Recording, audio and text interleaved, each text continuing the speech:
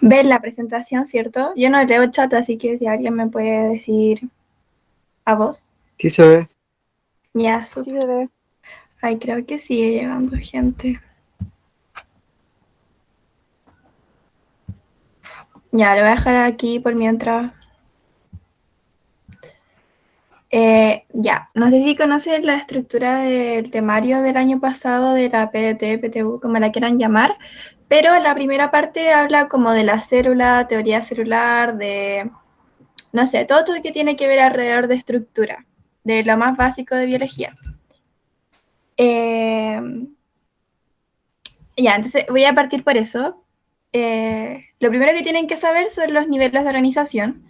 Y está el subatómico, que ya tiene que ver con protones, neutrones. Después viene el atómico con el átomo molecular. Cuando se juntan varios átomos pueden formar moléculas que son como el agua, el metano, que es CH4, y así. Después, si se siguen juntando, pueden formar macromoléculas, que ya ahí está, como se ve, proteínas, ADN y así. Después están los organelos, que ya son estructuras organizadas que sirven para la célula, como son las mitocondrias, no sé, el nucleolo y así. Después de eso tenemos la célula, que existen varios tipos. Existe, no sé, la eucarionte, que probablemente la conozcan, la procarionte, y estas se pueden organizar de forma unicelular o se pueden organizar como pluricelulares. Unicelular significa que solamente es una célula y pluricelular ya es un conjunto de células. Después de esto, para seguir formando, se juntan las células y ya pueden formar un tejido. No sé, como lo es la piel, el tejido epitelial. Después de eso forman un órgano. De hecho, la piel es considerada el órgano más grande del cuerpo. Después de esto forman aparatos y sistemas, como no sé, sistema digestivo, reproductor y así. Después de esto ya tenemos un individuo. Después, cuando se juntan individuos, tenemos una población. Del conjunto de poblaciones surge una comunidad y hace un ecosistema y luego la biosfera. Ya. Y después, bueno, después de que surgen todas estas cosas, las personas empiezan a investigar y empiezan a ver como qué requisitos tiene que tener una célula. Y primero que es una unidad estructural, o sea que todos los seres vivos tenemos células y estamos formados por ellas.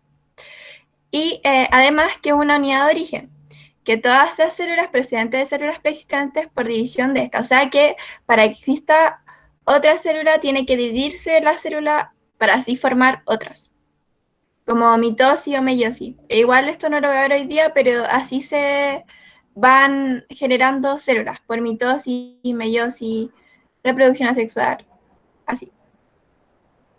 Después es una unidad funcional, o sea que básicamente todas las funciones de nuestro organismo están reguladas por la célula y ellas controlan la sustancia que se secreta, lo que necesitan, el entorno, regulan todo. Y además que es la unidad genética, o sea, quiere decir que ella tiene la información necesaria para el desarrollo de un organismo, del propio ciclo, de todo. Ahí están los cromosomas que están dentro del núcleo que contienen nuestra información que nos va a servir para, no sé, necesitamos formar una proteína, esa información está en el ADN, que es la información genética. Bueno, y después se preguntaron como, ¿qué es necesario como para que pueda ser llamada célula? Primero, tiene que haber una membrana selectiva, que puede ser una membrana plasmática, la que delimita el citoplasma. Y además que permite como una permeabilidad. ¿Qué quiere decir esto? Que la membrana va a decir, no sé, ahora pueden entrar iones o ahora pueden entrar glucosa. Todo esto mediante reguladores que vamos a ver en transporte más adelante. Después, la célula también necesita el control del almacenamiento. O sea, quiere decir que la información genética o el ADN tiene que estar para el control de los procesos vitales. Después, tiene que existir proceso metabólico. Esto quiere decir las transformaciones químicas que ocurren al interior de la célula, ya sea para desarrollo, crecimiento o reproducción. Bueno, entonces ahí se puede clasificar en varias partes las células. Están las procariontes, como dicen ahí, que estas son las más simples, las más primitivas, las más pequeñas.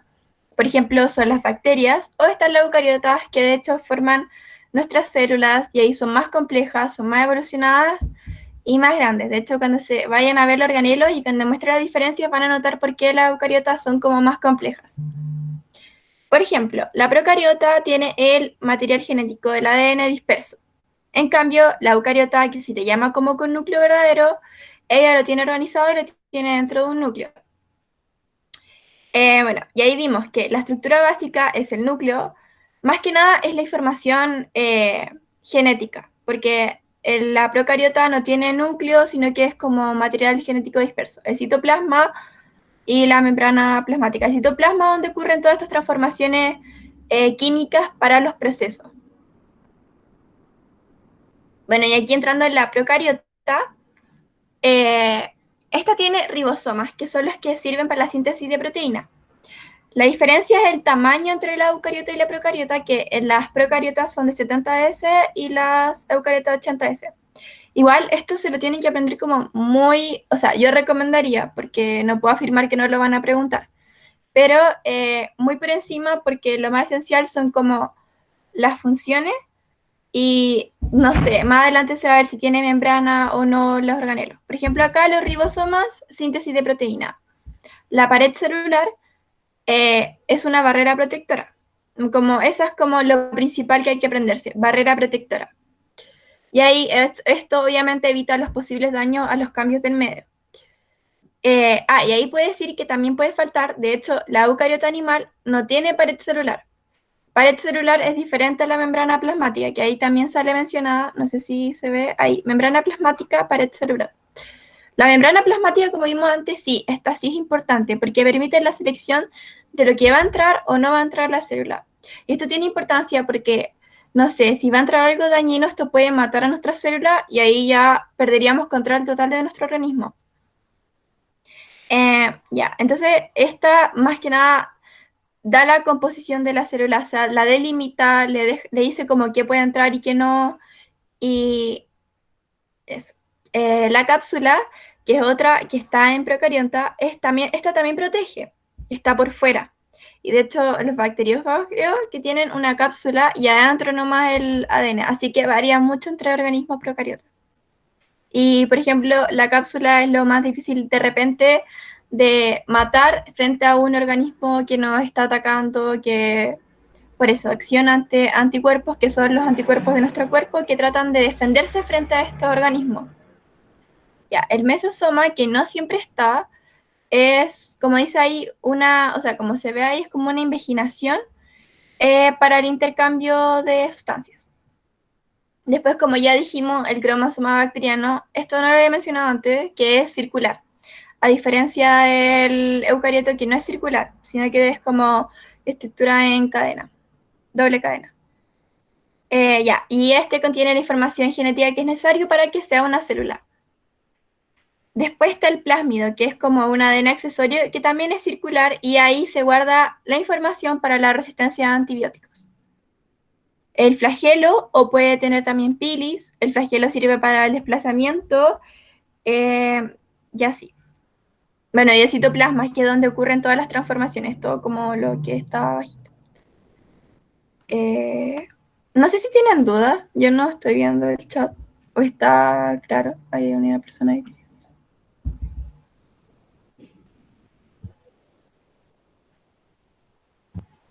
¿No? ¿No tienen dudas? Está claro.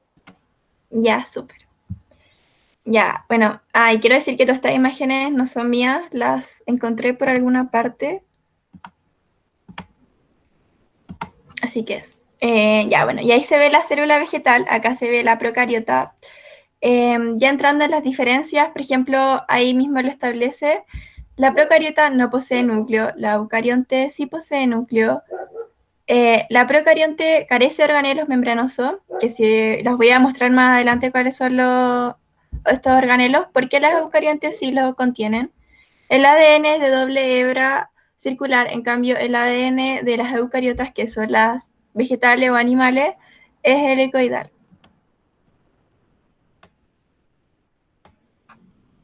Ya. Bueno, y acá dice, por ejemplo, reproducción por fisión binaria, que es lo que les decía antes, que es como asexual. En cambio, lo que también les mencioné antes, que existe la reproducción por la mitosis y meiosis. La diferencia entre la mitosis y meiosis es que la mitosis transforma una célula idéntica. O sea, yo tengo una célula y prácticamente la clono. En cambio, la meiosis hace que se reduzcan el número de cromosomas, que son la información genética almacenada en la célula, por esto de la reproducción. Generalmente son los gametos, los espermatozoides, los óvulos.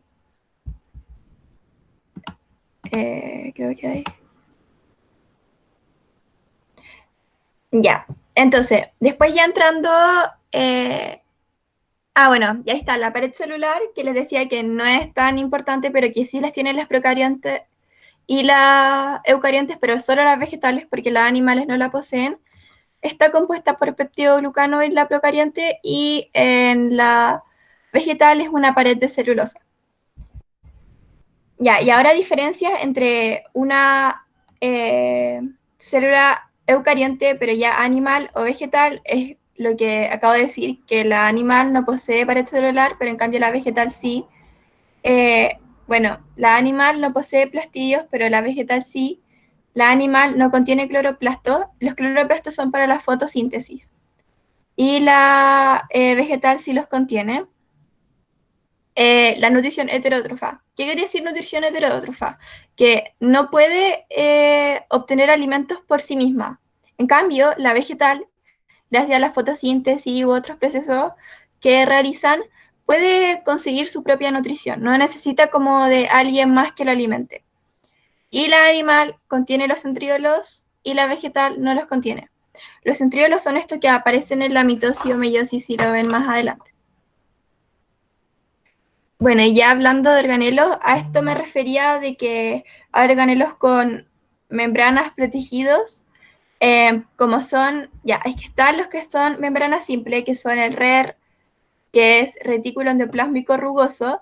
Si quieren aprenderse un tip del RER, es que tomen la última R como ribosoma, y el ribosoma está encargado de la síntesis de proteína, entonces el RER también está a cargo de eso.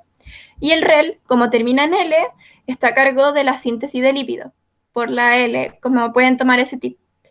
Los lisosomas, los peroxisomas, el aparato de Golgi y la vacuola poseen membrana simple, solo una membrana. En cambio, los con doble membrana, como podrán saber, es el núcleo. El núcleo porque tiene la información genética, entonces tiene que estar bien protegido.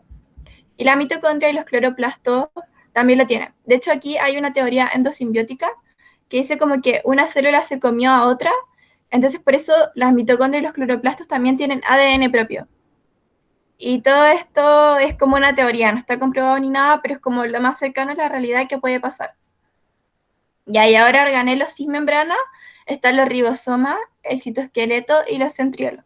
Los centriolos están solamente en la célula animal, igual que los cloroplastos solo en la célula vegetal.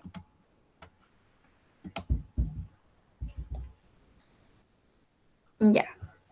Ahora, pasando a los organelos y sus funciones, la membrana plasmática, como ya lo vengo diciendo hace rato, transporte, selección, da la morfología, la forma de la célula y su movimiento, como con estos, por ejemplo, bueno, ahora estamos hablando de corrientes, pero en la procarionte también está el flagelo, que podía moverla. Bueno, está el núcleo, que tiene la síntesis y reparación del ADN. El núcleo, lo más que nada, yo le colocaría como más que síntesis de ribosoma que guarda la información. Eh, ya.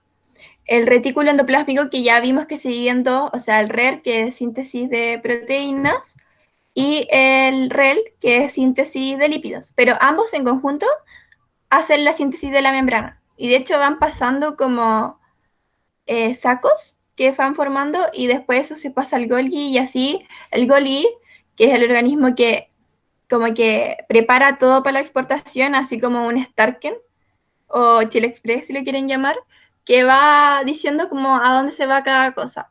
Entonces ahí lo va moviendo según lo que necesite la célula. Las mitocondrias ya más que nada, como todos saben, la respiración celular, o sea, no sé si todos saben, pero yo imagino que lo ven. Ya es para respiración celular, para formar ATP, como para que la célula tenga energía. Los lisosomas para la hidrólisis y los peroxisomas son reacciones oxidativas con O2. Y yo más que nada les recomendaría que si se pueden se aprendan como la función y como eso. No hay como... No, yo he estado viendo las preguntas y yo también di la PSU. No preguntan mucho de qué está a cargo cada uno, pero sí igual es bueno sabérselo por encima. Ya los microtúbulos y microfilamentos son parte del citoesqueleto para darle forma para esta morfología, para moverse, para los movimientos. Y luego está el citosol, que es lo mismo que el citoplasma, es como los dos nombres que tiene. Que ahí, como dije, ocurren las transformaciones químicas, como son el metabolismo de carbohidratos, de lípidos, de aminoácidos y nucleótidos. Esto sí entra en la PT, pero ya es otra parte del temario, por eso no lo veo. Después están los cloroplastos, que ya este es que le entregue luz solar y que la transforme en energía. Y además que fija el CO2, o sea que nos ayuda a que como nosotros la respiración celular botamos CO2 que no nos sirve, ellos lo captan y así pueden hacer glucosa, por ejemplo. Eh, ¿Alguna duda? Voy muy rápido.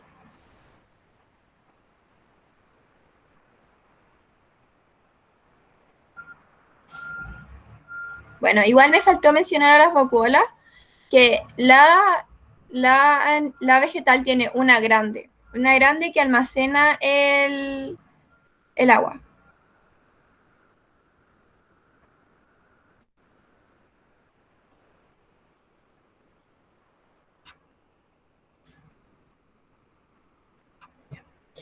Y el animal también lo tiene, porque también necesita almacenar agua. Mm. Bueno, y como ya dije, que también no está acá los centríolos que forman parte de la mitosis, meiosis, que forman el uso meiótico, que es como mitótico, perdón, que es como para formar esta división celular, como la estructura básica, los controlan. Mm. Ya, y que creo que sí lo mencioné, que el núcleo, como tiene doble membrana, tiene poros para que puedan entrar y salir, por ejemplo, el ARN, que el ARN es como el mensajero, porque el ADN tiene la información genética, pero no puede salir del núcleo. Y ahí lo hace a través del ARN. Y el núcleo lo toman como la parte más densa dentro del núcleo.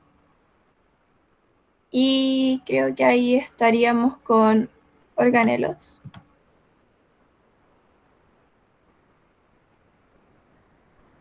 Ya.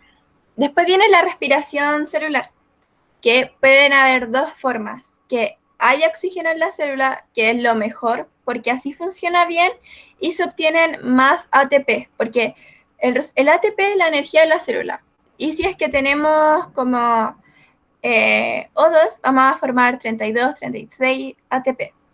En cambio, si no tenemos esto, lo más probable es que juntemos como 4 ATP, dependiendo de cuál fermentación se ocupa, porque está la del lactato o la del etanol. O se llama más bien la alcohólica y la láctica.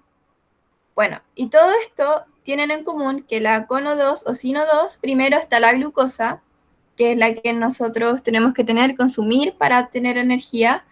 Esa glucosa tiene 6 carbonos y se hace una glicólisis o glucólisis, como creo son lo mismo, en donde se transforma a piruvato. Son 2 piruvatos porque eran 6 carbonos y cada piruvato tiene 3 carbonos. Bueno, y ahí ven que producto de esta glucólisis, glicólisis, se desprenden 4 ATP, pero se necesitan a la vez 2 ATP. Por eso, de repente, sí, se forma cierta cantidad de ATP, pero lo neto es como 34. 34 ATP.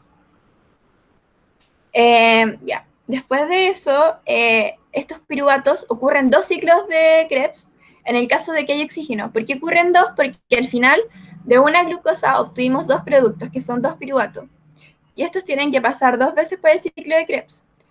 El ciclo de Krebs ocurre varios procesos que al final Bueno, me faltó mencionar que el reactante del ciclo de Krebs, si bien acá no sale, pero lo que necesita es que el piruvato pase a acetil-CoA.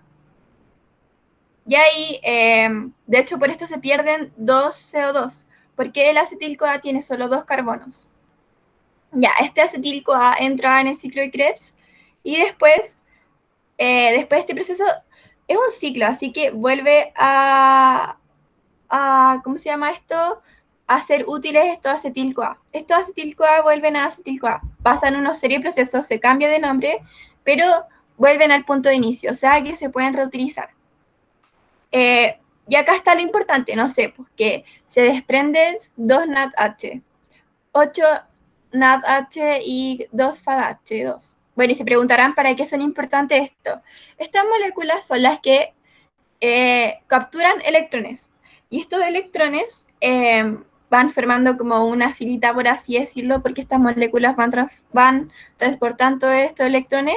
Estos electrones principalmente pasan después por la fosforilación, que eso hace que le dé como la energía para la síntesis de ATP. Estos electrones van pasando y debido a una serie de procesos que no los mencionan muy a fondo para la PDT, se sintetiza ATP, ya que estos electrones producen un gradiente que hace que la molécula, que es la ATPasa, pueda producir finalmente ATP. Y no menos importante, el oxígeno pasa a ser agua. 2 oxígenos pasan a ser 6 aguas. Mientras todo esto ocurre. De hecho, si es que el oxígeno no pasa agua, se detiene la cadena y no se puede producir ATP. Así que es bien importante que haya oxígeno. Por eso, esta vía del ciclo de Krebs no puede funcionar si es que no hay oxígeno. Si es que no hay oxígeno, tiene que irse directamente a la fermentación, ya sea alcohólica o láctica. Y eso lo malo es que nos va a producir como baja energía porque no podemos producir los 34 ATPs que necesitamos, sino que se van a producir 4. Ya, después de esto, bueno, acá tengo otra imagen que se ve más bonita. Ya a esto me refiero con que la glucosa pasa a piruvato, se desprende un poco de ATP y después ocurre la oxidación del piruvato en donde el piruvato se transforma en acetil-CoA. Y acá se ve la liberación del CO2, además de NADH o FADH2. NADH y FADH2, tómenlo como moléculas que transportan electrones que van a servir para esta fosforilación oxidativa. Y como es un ciclo de Krebs o ciclo del ácido cítrico, el acetil-CoA vuelve nuevamente a ser acetil-CoA. Y acá para esto sirven los electrones porque se van transportando por citocromos dentro de la... Esto ocurre todo dentro de la mitocondria, por si acaso se me olvidó mencionarlo, pero la mitocondria es encargada de este proceso. Bueno, y aquí hay un flujo de protones, que son hidrógenos, y gracias a eso después, antes de que se transforme el O2 a H2O, después de esto se produce el ATP. Y todo esto ya que los electrones dan como la energía, el motor, a la ATPasa para que forme este ATP. Y ahí como se ve, esto es la matriz mitocondrial, todo lo que está acá es dentro de la matriz y todo lo que está acá es dentro del citosol. Y ahí ven la doble membrana de la mitocondria, igual que los cloroplastos, igual que el núcleo.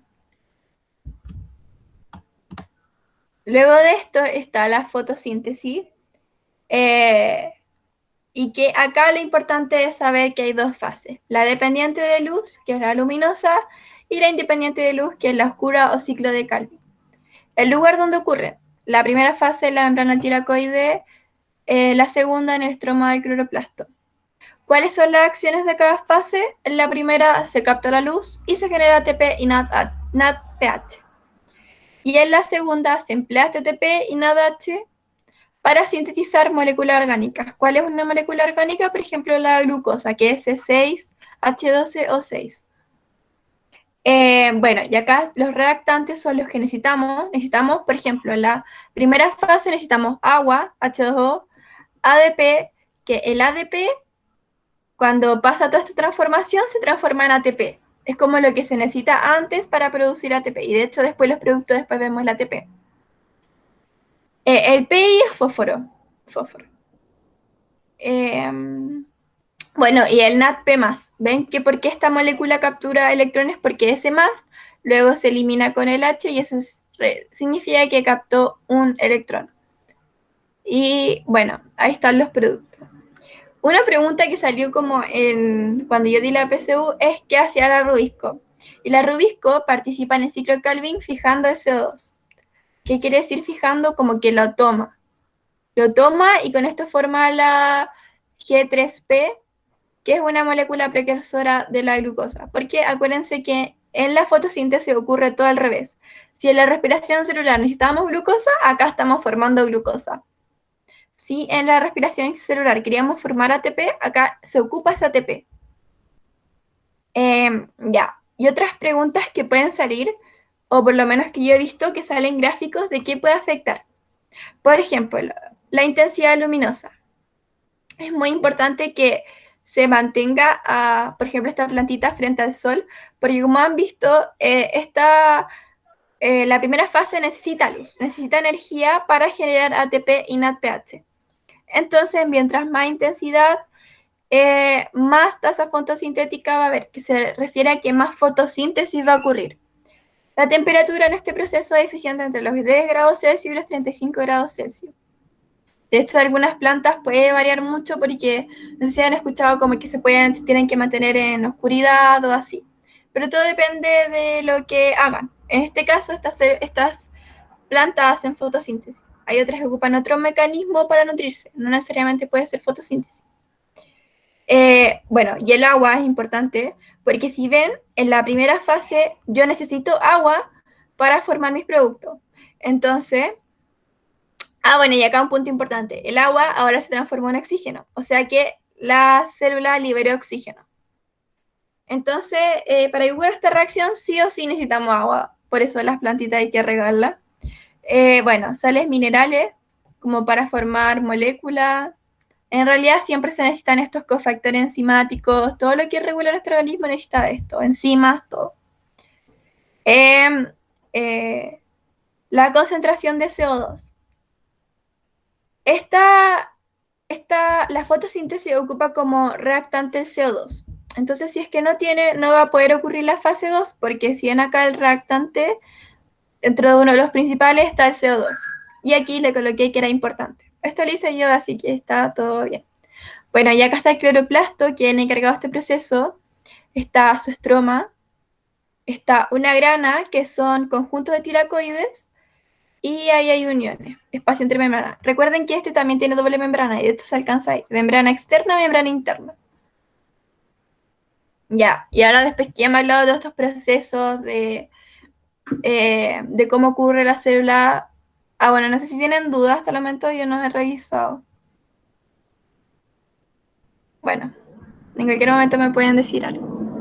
Ya, esta es una bicapa de fosfolípidos que se ven ahí como unidos. Ahí están los fosfolípidos. Bueno, su comportamiento anfipático, porque lo que pasa es que tiene una cola y los ácidos grasos son apolares, que repelen el agua, por eso están al interior. En cambio, las cabezas son polares, que ya son hidrofílicos, que soportan el agua. Por eso la organización así. También se pueden encontrar proteínas integrales. ¿Para qué pueden servir estas proteínas integrales? Pueden ser canales para transportar moléculas. También hay colesterol. El colesterol da menor fluidez de la membrana, o sea, se mueve más lento entre sí. Están las glucoproteínas, que están señaladas como el punto 4, que son, primero tienen un componente de carbohidrato y de proteína. Y estas, como dicen ahí, reconocimiento celular, o sea, la célula va a reconocer en el exterior, en el medio extracelular, ¿qué hay? También hay, por lo mismo, cadena de carbohidratos, que básicamente controla el MEC, que es la matriz extracelular. Bueno, creo que ya les dije todo. Entonces está también uniones celulares entre ellas, que ya pueden ser uniones estrechas, desmosoma, de hendidura, adherentes, hemidesmosoma. No especifique como cuál es la diferencia entre cada unión, porque no he visto que lo pregunten y eso es como, encuentro que es contenido igual más avanzado, como si alguien quiere estudiar biología, no sé, algo relacionado a la salud, me imagino que lo tiene que saber. Bueno, y está el glucocálix, que es el que está compuesto por glucolípidos y glucoproteínas. Y obviamente se encarga de la protección mecánica de la célula. Y aquí colocan como punto importante, no se encuentra en célula vegetal, para que lo tengan pendiente. Todos esos datos de repente sirven porque es lo que ocupa como DEMRE para que caigamos, pero anótenlo. Igual yo creo que voy a subir este Power porque está como bien completo para ir estudiando. Bueno, y ahora más bien hablando de los transportes que les decía. Bueno, primero está la osmosis, que es el movimiento de agua. Y los rojos son glóbulos rojos que están representando a la célula animal.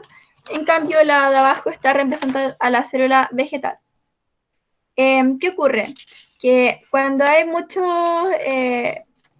gradiente afuera y quieren controlar como el sistema, por eso se llama hipertónico, porque hay muchos iones afuera, el agua escapa de la célula para regular esto, para generar homeostasis, pero lo que ocurre es que la célula como que se desinfla, se achica, bueno, queda básicamente como se ve en la fotito. Entonces, esto no es ideal. Lo ideal es que sea isotónico, que entre el exterior y dentro de la célula se mantengan regulados el agua, los iones y todo. Un mecanismo de regulación es la bomba ATP-ASA, o sea, bomba ATP, no, perdón, bomba sodio-potasio, la que está ahí. Ya, y esta regula en parte que los iones se mantengan en control. Bueno, y lo otro es el contrario, que para regular la célula tengan que entrar el agua, por lo tanto la célula explota, porque tiene ya demasiada agua. Y ahí se habla de un medio hipotónico. Y esa es la osmosis, como cómo se mueve el agua dentro de la célula. Y tienen propios canales que son acuaporinas. Ahora ya más bien hablando de otros transportes, está el transporte pasivo o el transporte activo. La diferencia entre estos dos es que el transporte pasivo se basa en que hay un gradiente de concentración. Pero el gradiente de concentración es como hacia dónde la membrana indica que vaya ese producto, o más bien donde hay como un gradiente, un flujo para que pase esta molécula. Lo que ocurre es que, por ejemplo, no sé, si el gradiente hacia adentro de la célula, si va hacia el exterior, la membrana no lo va a permitir. Por lo tanto, se va a necesitar ATP o se va a necesitar como proteínas. Entonces, por ejemplo, una difusión simple es la del oxígeno. ¿Por qué? Porque es gaseoso, porque es una molécula pequeña. Generalmente a los iones o moléculas grandes como la glucosa les cuesta más pasar. Ya bueno, y ahí mencioné la difusión simple, que son moléculas pequeñas, que pueden ser gases, no cargadas, y importante que sean hidrofóbicas, porque como van a pasar al interior de la membrana, las colas que están adentro son hidrofóbicas. Entonces, estas van a permitir fácil su paso. Ahora, pasando a otra, por ejemplo, la difusión facilitada, que ya es por proteínas, porque esta molécula no puede pasar, pero sí está yendo a favor del gradiente. Por ejemplo, el ion de sodio. Entonces aquí, en este caso, se transportado a través de un canal acuoso, pero también puede ser una proteína integral, que sea una proteína de canal, que la deje pasar. O pueden haber proteínas transportadoras, que también le llaman carrier.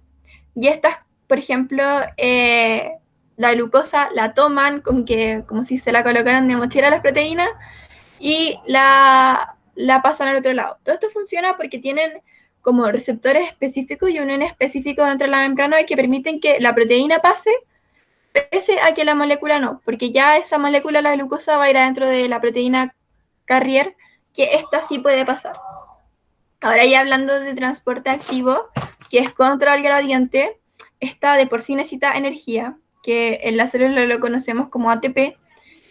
Estas son las bombas o ATPasas, y se necesita hidrolizar este ATP y transformarlo en ADP. Como ya dije, el ADP es necesario para formar el ATP y el ATP se transforma en ADP y así es como una cadena. Entonces aquí sale sodio y entra potasio.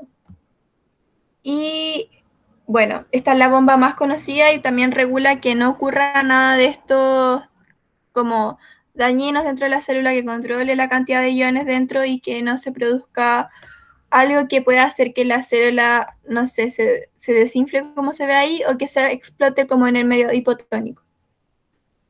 Hay otros transportes activos que ya son los que se ven acá, que son, ay, creo que se ve más bonito así, sí. Exocitosis, que ya es una vesícula que está en la membrana, pero que quiere salir. Ya, y bueno, más que nada se llama esta una vesícula. Vesícula que se conecta con la membrana por unos procesos receptores, pero lo importante es que la exocitosis va a hacernos salir de la célula. En cambio, la endocitosis va a hacer entrar algo que viene en una, se imagina la membrana y se forma una vesícula para que entre esta sustancia que está entrando por endocitosis. Y dentro de esta hay tres tipos. Está la fagocitosis, que ya más bien es una partícula sólida grande y que se invagina y se entra. Después está la pinocitosis, que ya son partículas disueltas más pequeñas. Y después está la mediada por receptores, que ya como es un receptor, tiene que ser una molécula específica que se adapte a ese receptor. Luego ese receptor activa la membrana y así se puede formar esta vesícula o invaginación. Ya. Y bueno, no lo puse acá, pero se me olvidó mencionar que existe el uniporte, que es, por ejemplo, esto, que una molécula va hacia adentro, solo una. Está el transporte ya como de dos moléculas que puede ser antiporte, como esta, que sale sodio, entra potasio y así. O puede ser sin porte, que entran dos o dos salen. Ya, y ahora yo creo que esta es la parte que probablemente les relaje un poco los ánimos porque son como preguntas de pruebas. Pruebas que han salido como, a ver, no me acuerdo, creo que anoté 2019, 2020, 2021 de haber anotado. Bueno, y la primera dice, bueno, primero nos muestra una tabla y nos dice como los criterios. Está la procarionte, la vegetal, la animal, las que vimos antes. Y nos dicen como que después de ver esto, como de acuerdo con los datos anteriores, a qué estructuras corresponden R, S y T respectivamente. Y se refiere como, por ejemplo, la procarionte, su límite externo es la pared celular. Entonces después preguntan la vegetal, ¿cuál es su límite externo? ¿Alguno sabe respecto a lo que vimos? ¿No? Es la pared celular, ¿no? Eh, la S, la pared celular, sí, sí, pared celular. Es que me confundí porque en la primera línea sale núcleo y yo que como que... Sí, pero es la pared celular, pared celular. Ahora, en la procarionte. ¿Se acuerdan que la procarionte no tiene algo que almacene su información genética, pero sí tiene un lugar determinado? ¿Será núcleo o nucleoide? ¿Alguien sabe? Porque también pueden ir viendo la respuesta acá abajo. ¿Nucleótido? Sí, el nucleoide. Bueno, y después está la animal. La animal se parece mucho a la vegetal, así que debería tener.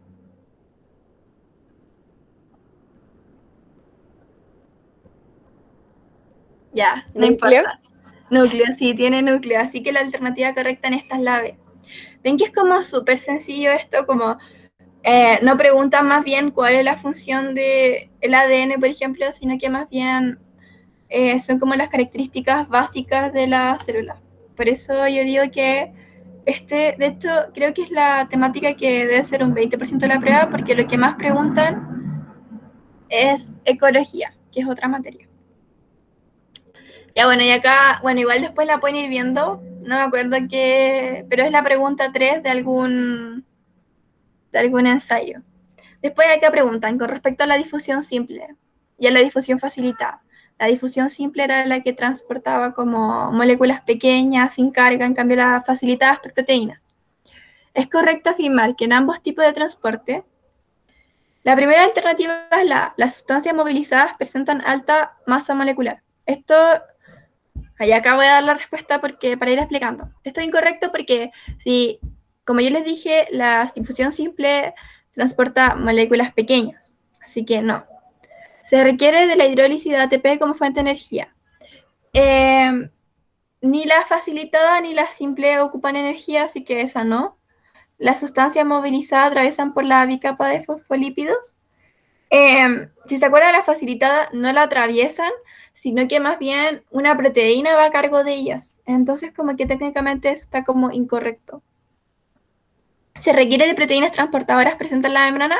Esto está bien, pero solo para la facilitada. Y acá creo que la última que queda es el movimiento neto de sustancia ocurre a favor del gradiente de concentración. Sí, eso sí, porque esto es transporte pasivo, a diferencia del transporte activo que ocupa energía. El transporte pasivo va a favor de este gradiente. Después está la pregunta 1. Yo creo que ya fui avanzando, quizá el 2019 esto. El proceso mediante el cual una célula vegetal, al ser colocada en un medio hipertónico, pierde agua y su membrana plasmática se separa de la pared celular. Se denomina... Ya, bueno, y acá voy a retroceder, que quizás no lo expliqué muy bien. Lo que ocurre es que en la célula animal y en la vegetal se llaman distinto. Acá en este caso solamente puse la vegetal, así que yo creo que ya saben. Pero si quieren saber, la isotónica siempre se llama a las dos como normal. No sé si flácida, quizás como que, bueno, pueden tomarla como flácida, pero se ocupa más como normal. En la hipertónico, en la animal, es citólisis y en la animal hipotónico es crenación. Ya, y ahora más bien a la pregunta que creo que preguntaba vegetal, así que lo deben haber sabido. Y ahora más encima les di como ese dato. Entonces, pierde agua, está en un medio hipertónico. ¿Cuál es?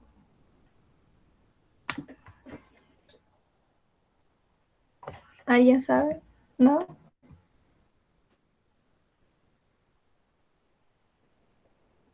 Ya, bueno, doy la respuesta. Es la A, es plasmólisis. Porque si ven acá, eh, plasmolizada dice ahí, pero es plasmólisis, pierde agua. Ahí sale la flecha saliendo. Ya. Y ahora, ya, en esta pregunta, que debe ser del mismo ensayo 2019, me imagino, ¿en cuál de las siguientes estructuras celulares es posible encontrar una bicapa lipídica? La bicapa lipídica es medio engañoso porque uno pensará como tiene doble membrana o tiene simple membrana. No, la bicapa lipídica es una una membrana plasmática. ¿Por qué? Porque se llama bicapa lipídica porque tiene dos fosfolípidos. No se confundan, no es como que se refiera a, no sé, la mitocondria que tiene doble membrana. Este está buscando un caso que tenga una membrana simple. Y en este caso, ya como estamos dentro de la hora, voy a decirlo nomás porque, bueno, es el lisosoma. Porque si se acuerdan, bueno, el cromosoma es el que se condensa el ADN y se forma un cromosoma. No tiene membrana. Pero dentro de los organelos, los que no tienen membrana está el ribosoma, el citoesqueleto y los centriolos. Entonces era correcto decir acá la B, que es el lisosoma, que si no me equivoco también ahí está anotado como con membrana simple, lisosoma. Ahí. Ya, ahora si bien yo vi que preguntan harto de transporte, así que apréndanse cada una de las vías. La formación de una vesícula y su posterior fusión con la membrana plasmática son eventos involucrados en el proceso de...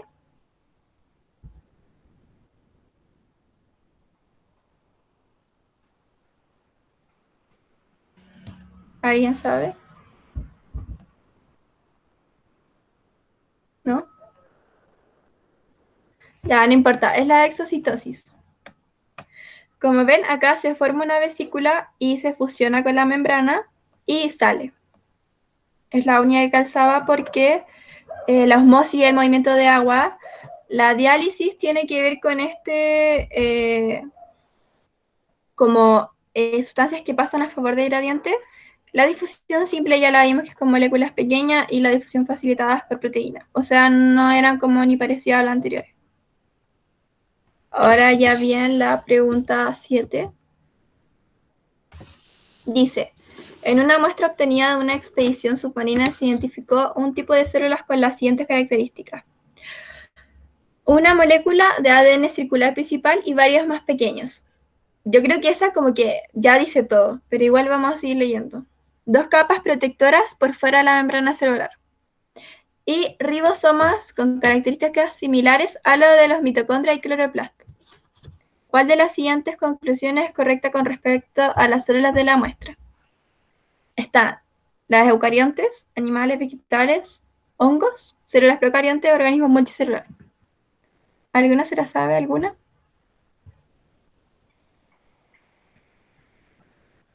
¿No? Bueno, debe ser que están de vacaciones y ya están como medio cansados, pero son las procariontes.